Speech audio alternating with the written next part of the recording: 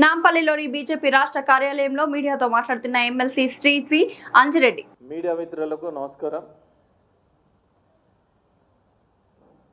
నిన్న ముఖ్యమంత్రి గారు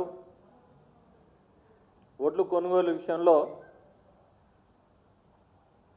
చాలా మాట్లాడడం జరిగింది.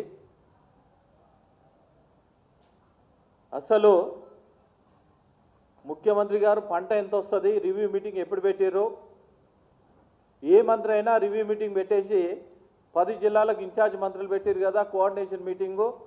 రెవెన్యూ అండ్ సివిల్ సప్లై ఎవరైతే ఉన్నారో ఏ రోజు మీటింగ్ పెట్టిండు తెలపాలని డిమాండ్ చేస్తూ ఉన్నాం.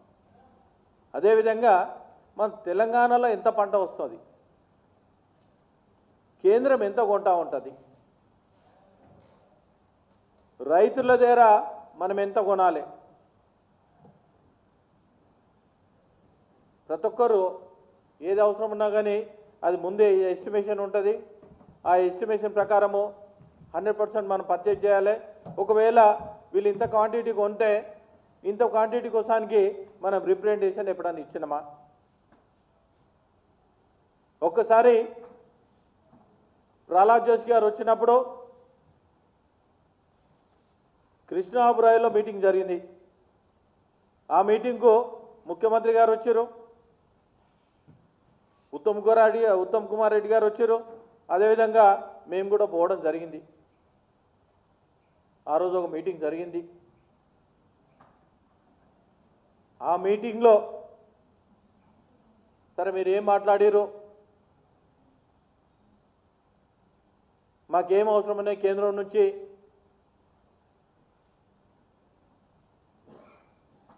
భారతీయ జనతా పార్టీ మీరేం చేస్తూ ఉన్నారు, ఏ విధంగా చేస్తూ ఉన్నారు, ఎవరికైనా బ్రీతింగ్ టైం ఇవ్వాలనే ఉద్దేశంతోనే పంట పండిన తర్వాత కనీసం 40 రోజుల తర్వాత మేము బస్సు యాత్ర స్టార్ట్ చేసినాం.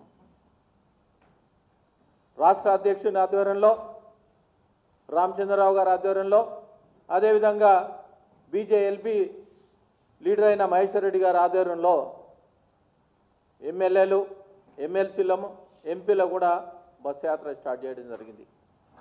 ఈ బస్సు యాత్ర స్టార్ట్ చేసిన తర్వాత రైతులు పడే ఇబ్బందులు, ఎందుకు కొనుగోలు చేస్తలేరు, మరి ఇచ్చిన మాట ఎందుకు నిలబెట్టారు, ప్రతి గింజ కొంటానికి కాంగ్రెస్ ప్రభుత్వం అన్నది. ఇదే ముఖ్యమంత్రి గారు రైతులు పండించిన ప్రతి గింజ కొంటామని చెప్పాడు.